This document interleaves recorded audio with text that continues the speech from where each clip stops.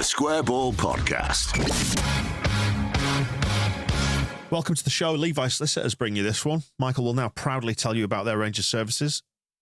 I will, yeah, of course I will. Have you, you can have your appointment, in the evening or at the weekend. Right. Do you know I know that? It's written on this bit of paper in front of me, which is the back of our latest magazine. You now plug in the magazine instead of... I'm doing both. Right. I'm doing both. That's not what Levi's pay us for. Well, they can, if you want to get the magazine, you get, on the front, you get a Junior Firpo, Matteo Joseph, some other people. On the back, you get some people who work at Levi Solicitors pictured. So I don't know which is your favourite. It's win-win. I thought this was the cover when I picked it up. That's the way you hold it out, isn't it, at the Lowfields Tunnel? Right. But if you want to have your will or your lasting powers of attorney sorted, Levi Solicitors. 10% discount on your legal fees. levisolicitors.co.uk/the square ball. Full details, terms on the website. Find the link in the episode description. As well, right, it's Dan, it's Michael, it's Rob, and we're going to be talking about this weekend and that. Are you only thinking about promotion at this stage? I'm only thinking about the title. 100 points, 100 goals. That's what I want. Minimum. Is that entitled? I don't know. You little brat. I bet you went through the Argos catalogue and circling every single product. Right. That's probably not a thing you did, actually, because you're a bit young. No, I loved the Argos catalogue. It was great. Oh, good. Yeah, it's funny, isn't it, how you accept the relentlessness of the Championship when you've had as good a couple of weeks as we've had, because I'm raring to go again now, even though I'm absolutely knackered from destroyed sleep over this last couple of weeks. Just riding the crest of that wave. And Sheffield Wednesday versus Sunderland on Friday. Feels like Sunderland obviously been pushed out to the very margins of this. They're not a threat to us as it stands at the minute until we collapse or they go on a run of a lifetime. However, I would still like Sheffield Wednesday to win that because every additional bit of comfort I think is necessary. Yeah, I'd still like that. I must admit, I'm not really looking at Sunderland anymore. Is that a dangerous thing to say? I don't know, but it sort of feels like the arse has fallen out of him a little bit recently.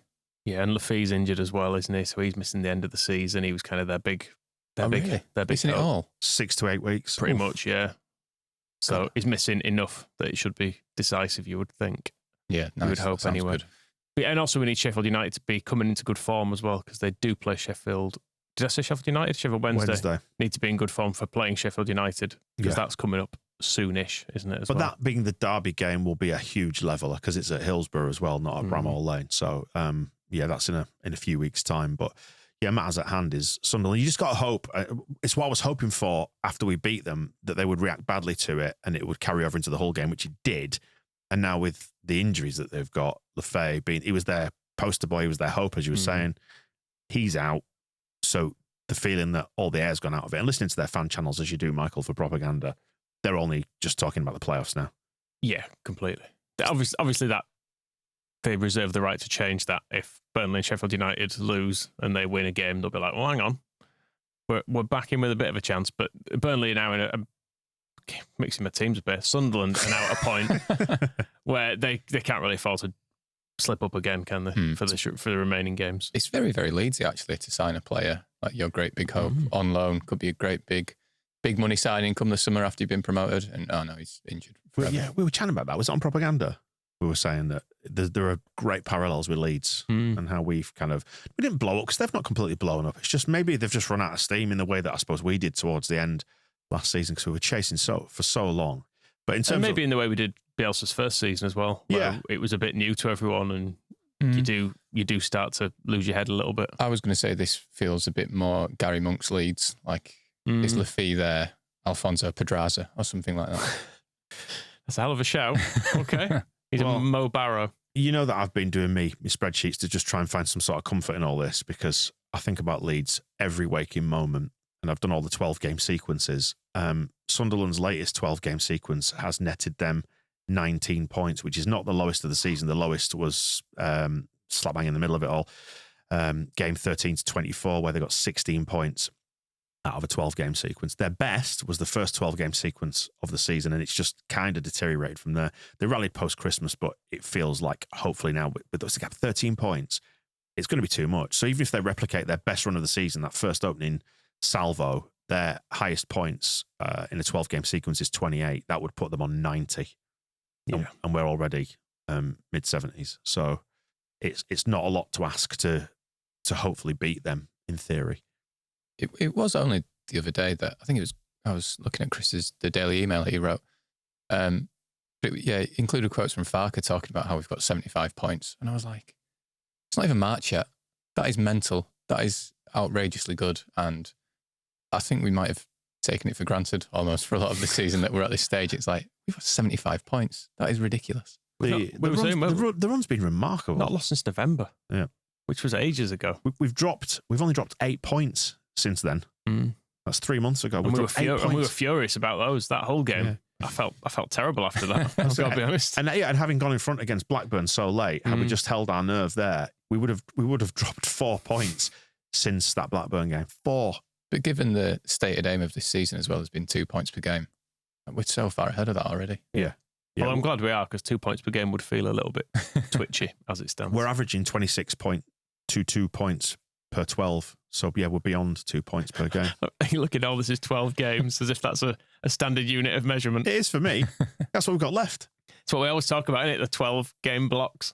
But it's more detailed than like a 5-game block, and not quite as detailed as a full season. 1 game at a time. That's what you're meant to do. Is that right? That's the football. Do you know what? I think they are.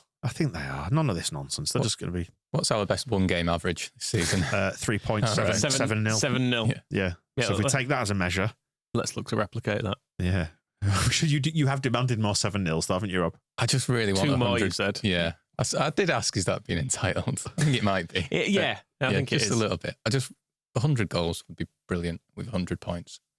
Yeah, we probably do need a couple of 7-0s in that, which I think I will hold my hands up. That is being a little bit entitled. Fair enough.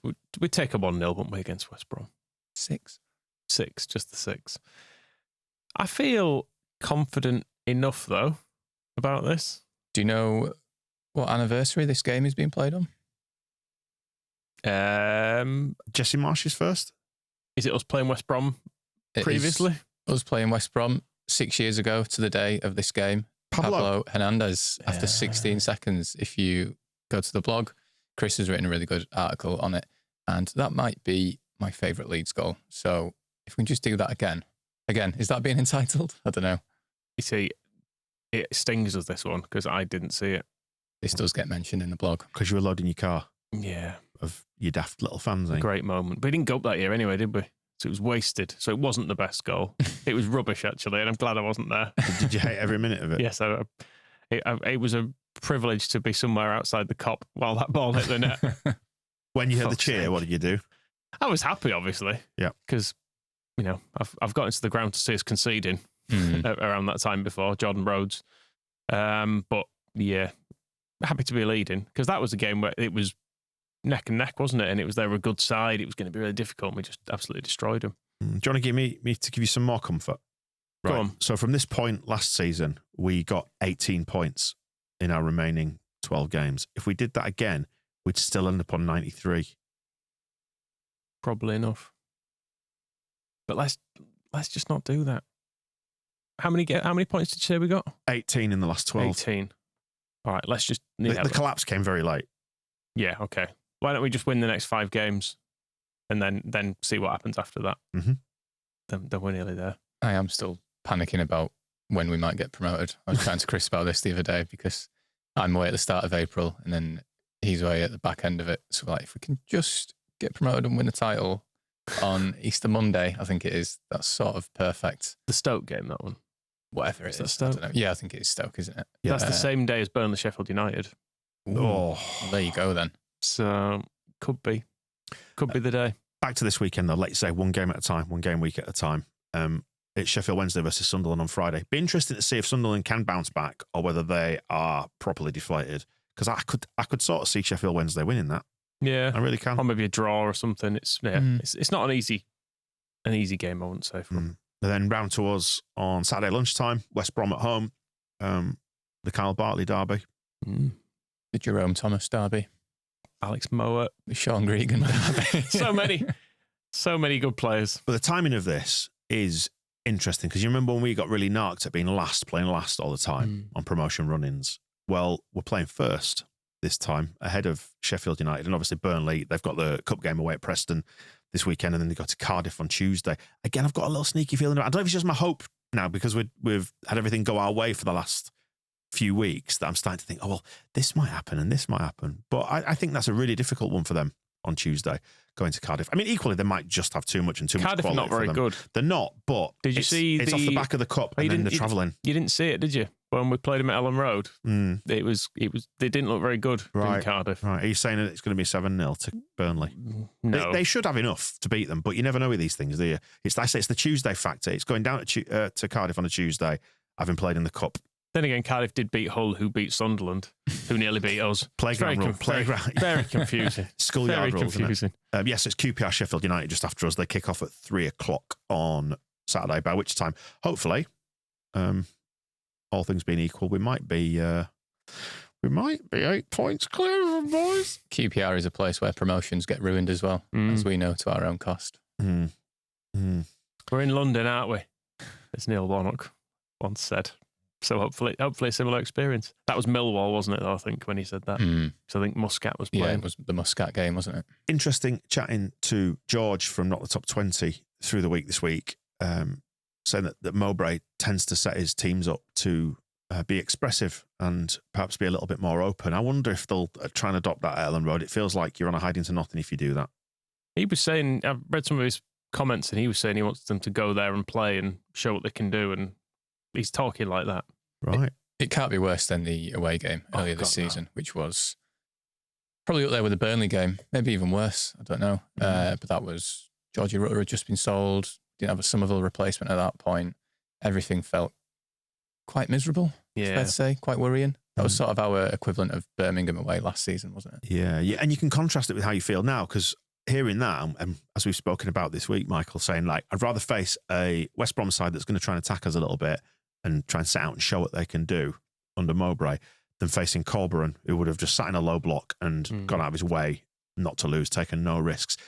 Hearing that it's going to be the former probably rather than the latter is encouraging to me, because we've seen in recent weeks teams who try to play against us inevitably come undone. Yeah, and I just don't want to see that game again earlier in the season. That was Joel Pirro's personal nadir, wasn't it, as the number 10 as Rutter's replacement. Albeit the last few weeks when he has dropped deep, maybe in the second half when Joseph's come on, he's looked pretty good in that position as well. Yeah, it's kind of, in certain game states, it seems to work, doesn't it? Because it sort of becomes too upfront to an extent at that point. Because they said we went 4-4-2. Who said it in the post-match interview? One of them said it. One of the Leeds players. Sure. Yeah, mentioned it in one of the post-match interviews that they went 4-4-2. So. The last two stages of the two most recent games have been weird because we've been so camped in their half. It's almost hard to actually get a grasp on what the formation is, because it's just everyone in one half all trying to attack. So it's, whether or not you can quite draw a line between whether or not are you playing two wingers? Is that a fullback? Is it Junior Firpo as a striker? Who knows what it is?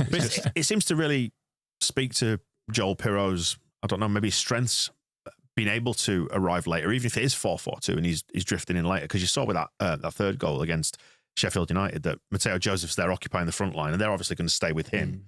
And then Pirro, obviously, he's involved in the build up to that, isn't he? He sends it out to Dan James, I think.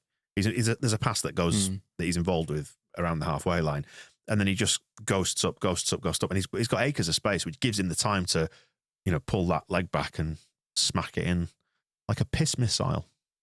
Like a what? A piss missile. What's one of them? When you're really desperate. Yeah. Shoots out. All right, cool. Yeah. Maybe the old 4-4-2 will work. I don't know. I'd like us to see us win the game of football at the weekend. Yes. I would like to see us play Joe Rothwell alongside Tanaka again. I think we will. I think it's the most fun. I love Rothwell.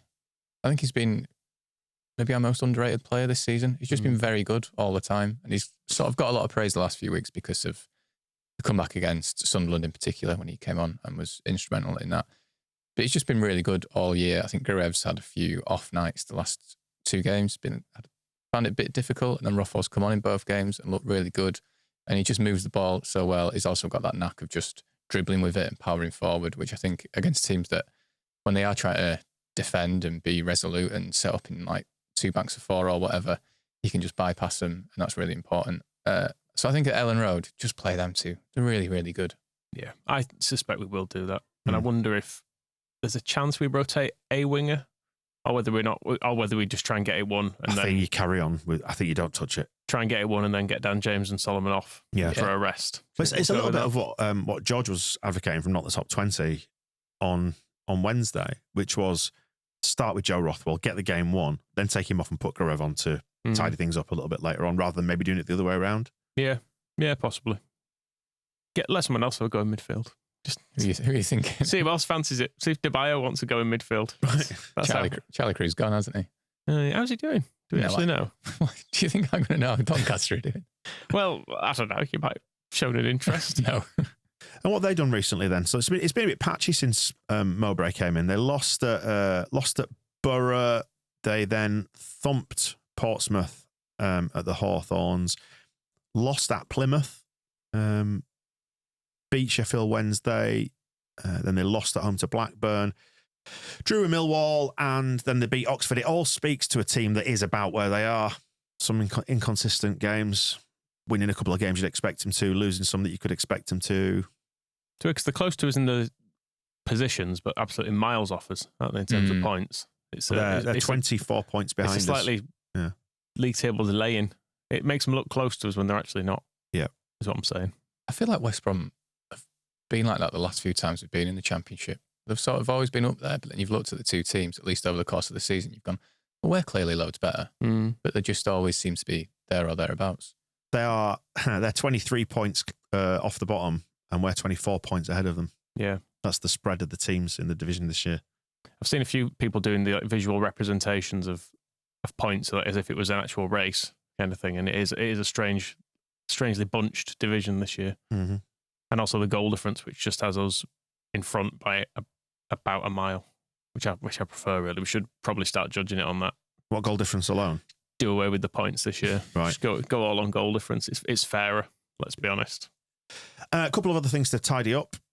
Boardroom level, it looks like the Rangers takeover is on at 49ers Enterprises level, being framed by Parag Marate as a kind of look, you can love all your children. You don't just have to love one.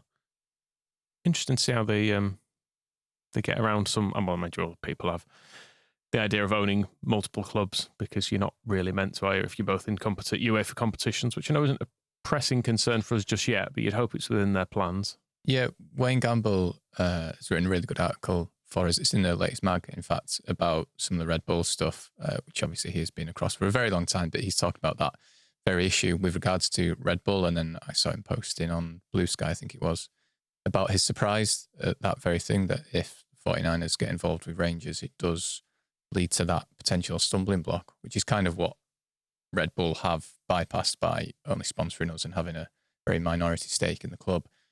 So it'd be very slightly confusing if 49ers do take over Rangers like that, because wasn't it first billed as like Marate and a consortium? Is it still that, or is it 49ers Enterprises seems to be the label attached to it in the reporting. But whether that is... There are different subdivisions of funds and things. Well, I was going to say, the way that Leeds has been bought, it was through a fund set up in Delaware or whatever. Whether that's tax reasons or anonymity reasons, don't really know. But yeah, it's a fund they set up. So you're essentially buying into a vehicle, a vessel, a company that then buys the shares of that company. So it could be a 49ers Enterprises administered vehicle, but the shareholders themselves might be completely different within each group.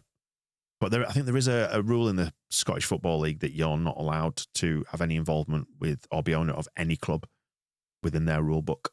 So that would probably preclude the same set of people owning over a certain percentage of both. So, but whether they have a majority owner who is bloke X and then bloke Y is the one who's in Leeds, and then they just own like maybe 10% of each or whatever. I don't know.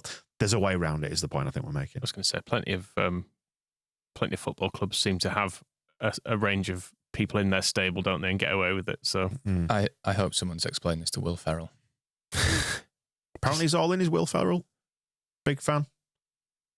Of us? Of us, yeah. Leeds United, yeah. Well, I'm a big fan of Anchorman, so I mean, very similar thing. Just one movie guy looking after another, really, eh? He also, on the Red Bull stuff, this is Marate. He's been at the Financial Times Business of Football Summit. He has been talking about Red Bull again and saying about the potential takeover is not contemplated at all. There is no language to that effect. It's not something we've discussed ever, which feels a bit too much. Yeah, they always say that, don't they? Because you can. Have you noticed this day and age? You can just say anything, can't you? Even if it's not true, you just say some stuff. Not discussed it ever. I feel like you would discuss it a bit, even if it's not that bit where they were buying a minority stake in the club. Maybe. Do you ever want to buy more? Don't talk about that. We'll give you some shares for money, but do not even. Yeah. Nope. No more. No more than that. Stadium, though, there was a bit of stadium chat. 53,000 is the initial goal by the looks of it, which I presume is going to be West and North. Yeah, they've said that. It's kind of all recycled stuff, isn't it? Both the Red Bull stuff and I think the plans and the drawings are all there. I think they're just not going to do anything until if and when we go up. I think as soon as we do, it's going to be release the hounds. The Red Bull Arena. Yeah, show. Well, it'll be show everything. Everyone will be positive, happy, because you're going to have a really short window of about 2 or 3 months where you can get away with any old shit, but that's the time to release positive news. Get it all out there in that window between the Premier League starting and this season ending. Oh, arguably, getting the positive news out is better when things are bad. But I say they should have done it. Oh yeah, but come on, end of the transfer window. If we go into the first 3 or 4 games of the season and we get absolutely pumped in all of them and we're bottom, and they go, by the way, yeah, I was going to say people will recognise it's a distraction, but I'm pretty sure they've tried pulling that sort of stuff before. Which to be fair to them, I think is the reason why they've sat on it, because they don't want it to appear to be just a diversion. They want to do it at the right time. Yeah, which is when it can actually happen, which is going up. Let's wait for it to actually happen. I think we've been promised new stands that often that you kind of take it with a pinch of salt. It seems this lot should have the financial muscle to be able to do it in a way that maybe, well, certainly Bates, GFH, Cellino didn't, Radrizzani didn't, and then this lot are apparently rich. So we'll see. Although it'd be borrowed money anyway. Yeah. But, you've got to have money to borrow money. Unless you're 777. Collateral, man. In which case you can just borrow the same money a few times. It just feels like the city of Leeds getting a tram. Like, I will believe it when I see it. Stop telling me about it and I will, once I'm stepping onto a tram, nice one. But it's really weird. A few months back, someone from the Daily Telegraph was writing about the Leeds Stadium thing. And they randomly rang me one morning. I don't know how they got my number. He was like, what do you know about the stadium? I was like, fucking, what are you probably asking me for, mate? I don't know. Read online. That's about as much as I know. Oh, Kinnear, big money transfer to Everton, balancing the books from a PSR perspective. Yeah, pure PSR profit. Yep. So I've heard. Is it a loan clause or is it a permanent transfer? Oh. Hey. He can buy Jack Harrison, can't he? Yeah, for a huge fee. Day one. Harrison, Christensen. These are the men you need to secure your place in the Premier League next year. Yeah, I'm sort of, in a way, I'm surprised it's taken this long, because the 49ers seem to have done a fairly big sweep of the back room people, don't they? With obviously the public facing people like Orta, but there are a number of other less high profile people coming in the background, aren't there? And Kinnear's been the one that's the kind of hangover from the old regime. But I guess Angus Kinnear, you're a hangover. Well, you know what I mean. You know what I mean. Yeah. Someone who knows where stuff is, knows what the bins go out, where the bodies are buried. Yeah. It was. I can't remember if it was last summer or the summer before, but they hired someone. Was it Maury Eisenberg or something? Yeah. Was he the chief operating officer? But on the website they described his role, and I was like, isn't that what Angus Kinnear does?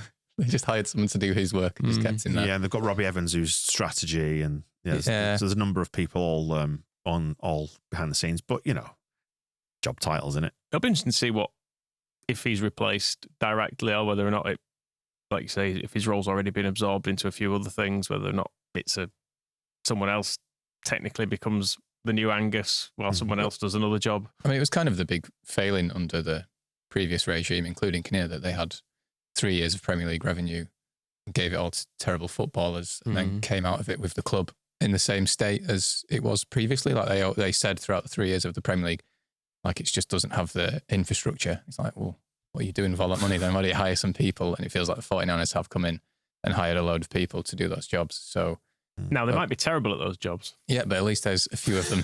Well, the daft thing is the strategy seemed to be, or I think it's been remarked upon, that we had to throw everything. It might have even been Kinnear when he came in here actually said, we had to throw everything at the playing side of it in order to try and cement our position in the top flight.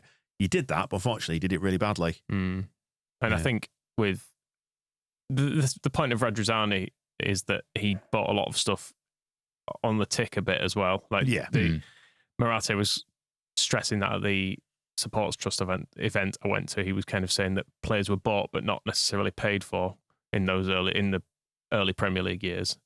Which I mean, we might not have still paid a penny for Dan James. Who knows? still paying. Just put down a deposit on him. Still paying for Mark Rocker. Yeah. We probably are to a certain extent. Like all of them have. I mean, that's different from PSR. It affects your PSR position immediately, but cash wise, if they've chucked 100 million on tick.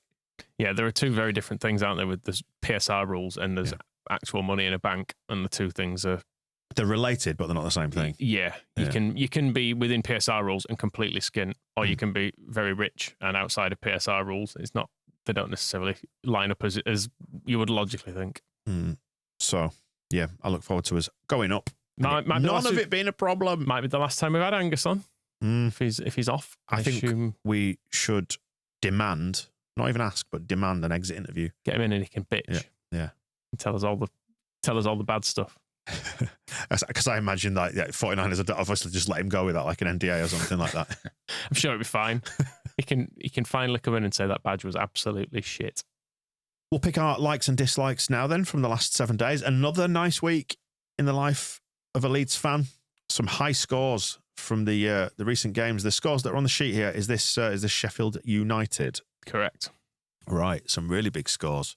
Junior Firpo, man of the match. Although Ilian Meslier didn't get that high. So we've got a few there sub 6. Meslier being the lowest, Aronson and Gruev. Above that, it's all somewhere between 7.26. Bogle and Junior Firpo, 8.57 out of 10. Sam Byram scored higher than Meslier, Aronson and Gruev when he was on the pitch for not very long. I was just about to say, I have no recollection of him coming on. I think he came on in like the 92nd minute or something. If you watch the replays of the goal, you see Farker up on the gantry on his radio or his phone or whatever it is, and you see him mouth the word Sam, and then it cuts back down to the touchline. You know, they've all run down the touchline. See Ampadu hobbling down there as well, but Byram's down there as well, and I think he goes, me? Like that, you know, someone's called his name from the bench, so that's the point at which he came on.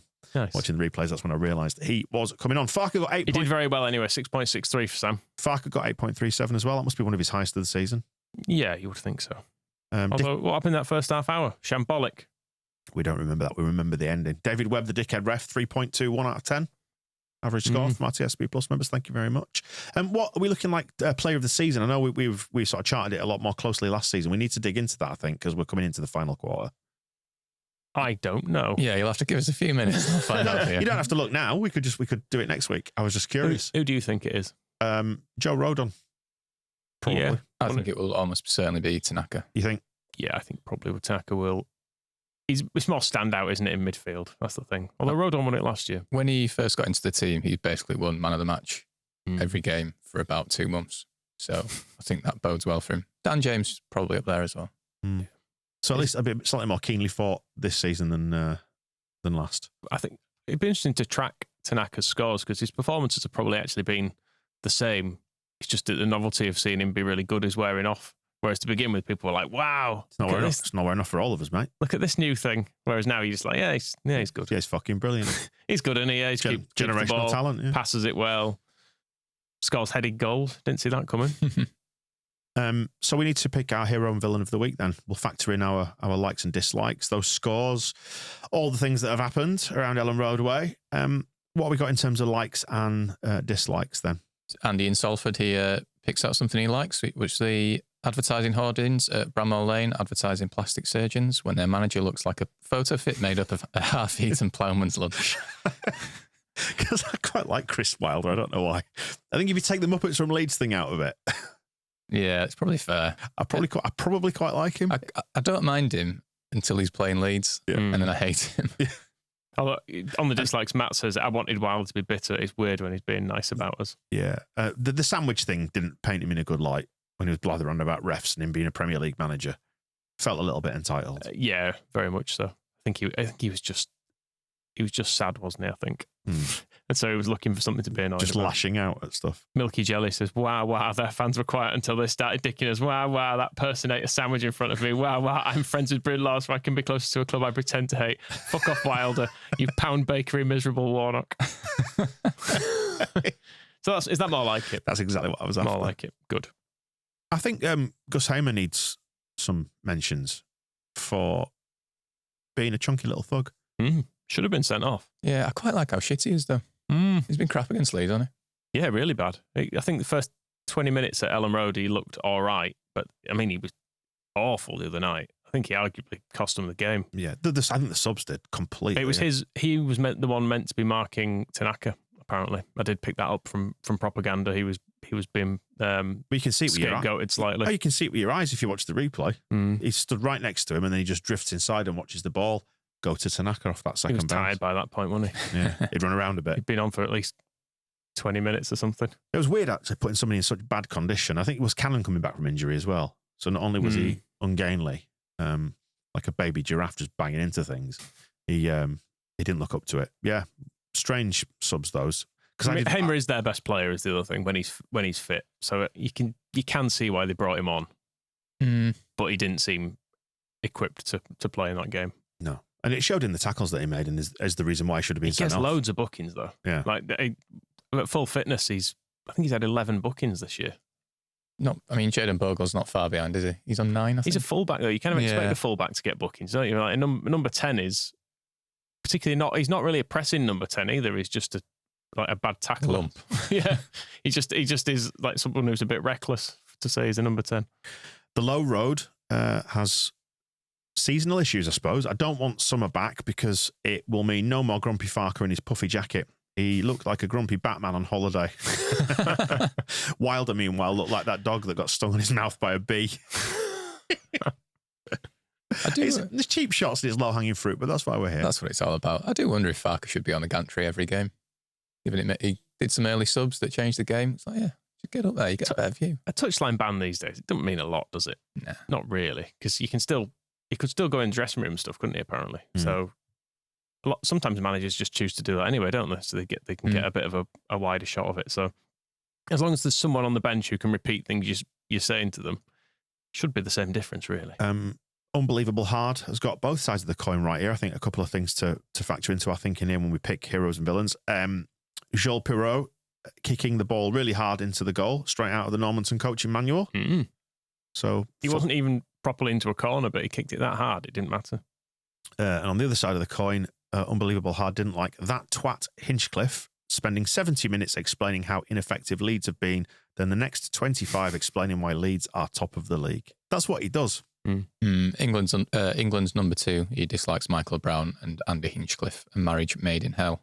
But it wasn't Michael Brown. He was hobnobbing with Simon Ricks before the game. Did you see that? No. Ricks was on the pitch on Sky chatting to Michael Brown. Yeah, he was on at the end as well. I watched the Sky coverage all the way through to the end, and he was the final guest on the show. Disgusting. I never ever watch preamble of games. No. Anymore. There's a time I'd be sort of glued to it, and I'd want to take it all in. And my ideal now is to enter the room 2:59 as it kicks off. Yeah. I don't know why it is. I can't. Same at half time. I never sit and watch it anymore. Yeah, but what is it you want to miss? Like Brain of Britain, Rio Ferdinand screaming Ballon d'Or. Yeah, that sort of thing. Yeah. That sort of thing. Maybe if you made it look a bit more lo-fi and it's just Jack Charlton in a shed smoking, just talking or something. That'd be a bit more like the sort of pace I'm after. With a fishing rod next to him. Exactly. And a pint of Guinness. A few mentions from Melier we have to say as well on the dislikes. It was pretty chaotic, wasn't it? That opening half an hour, 20 minutes from him. Albeit Boney M dislikes the stick he was getting for the own goal. Thought he was unlucky on that. Yeah, which I can kind of sympathise with, albeit the bits before then frightened the life out of me. Yeah, there was a lot of as an isolated error.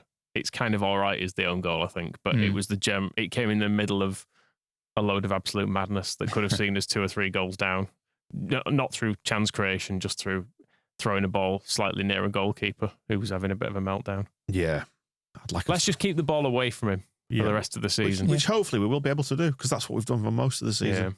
Yeah, make it not a problem that we have to even think about. He did settle down well.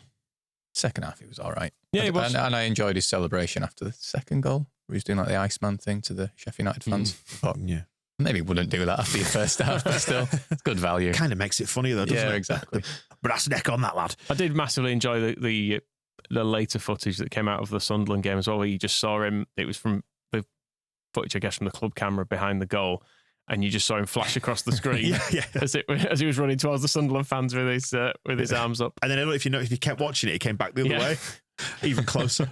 So I went from loving him to disliking him again within the space of a week. But, Didn't matter, did it? Didn't matter in the end. Did not matter. Right, so who's your leading candidate maybe for the Ken Bates villain of the week? Somebody who has saddened you across the last 7 days or brought bad things to your life? I'd maybe go Michael Brown.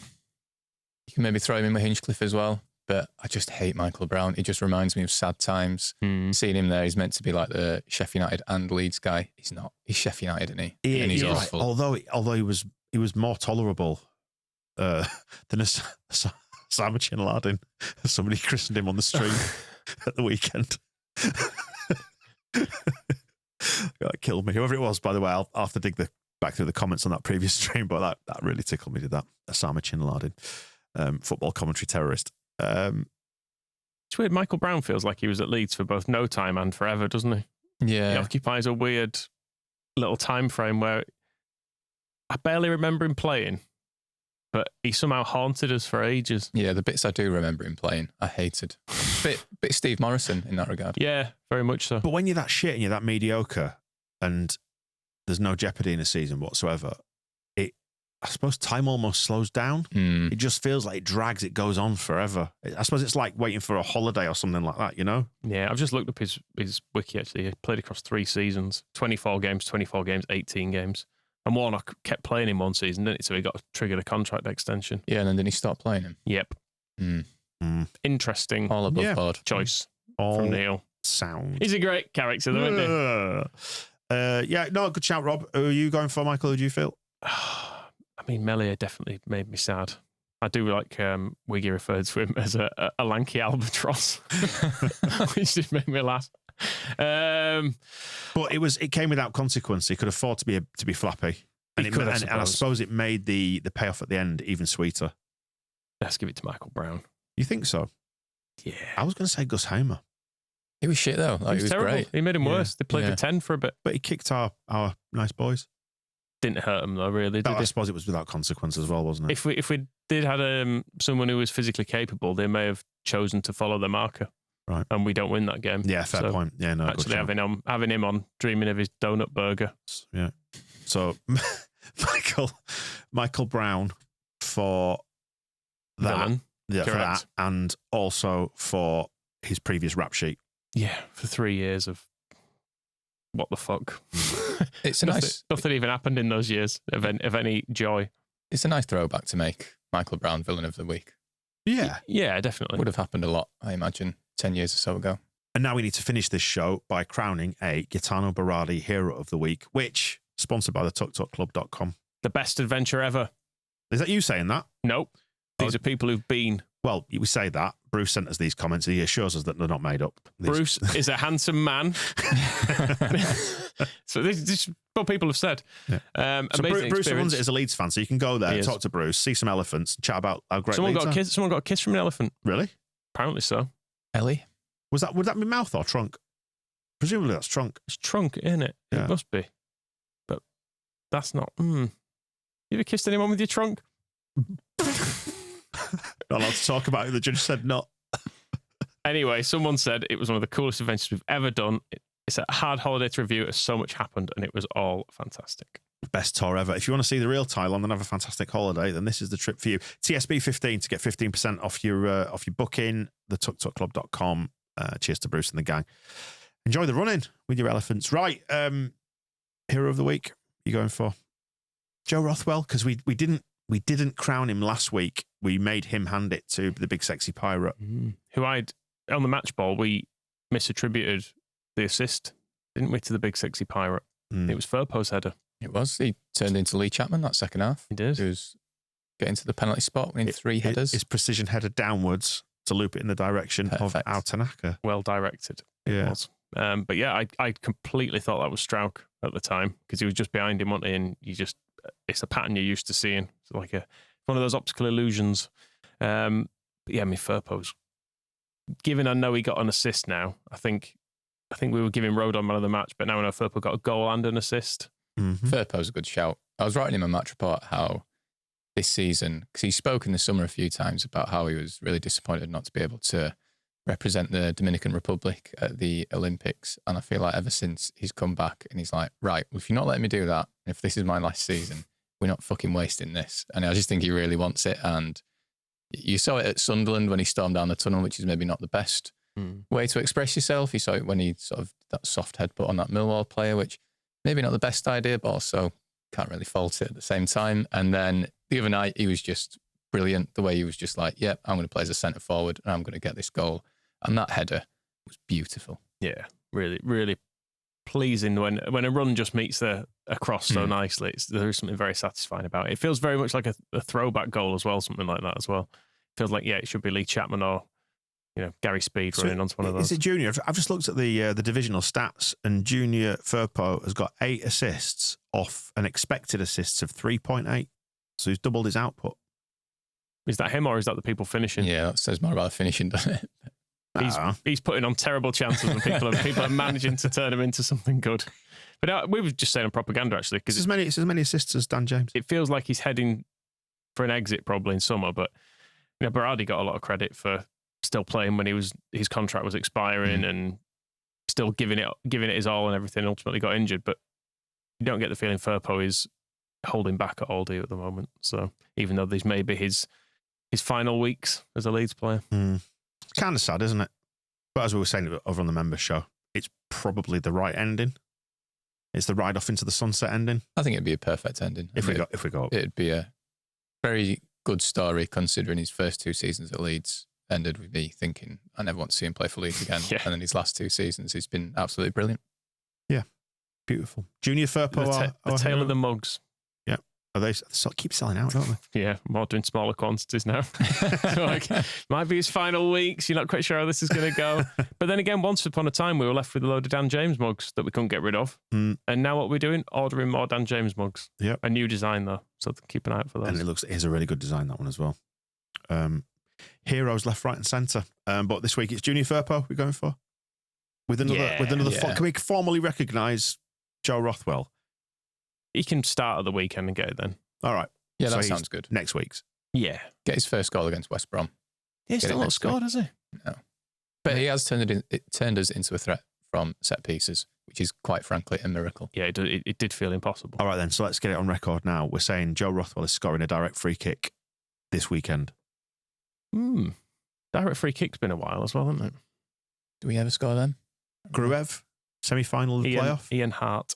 Right. Yeah, Gruev did score that one. Right. Just looking back on it, it's even weirder that it was Gruev. But yeah, there we go. So look out for that this weekend. You heard it here first. And we'll wrap it up there. Back with a match ball after West Brom. I'm going to speak to Graham Smith from the Evening Post after that. That'll be out on Monday. All the usual bollocks next week. We'll see you then. The Square Ball Podcast.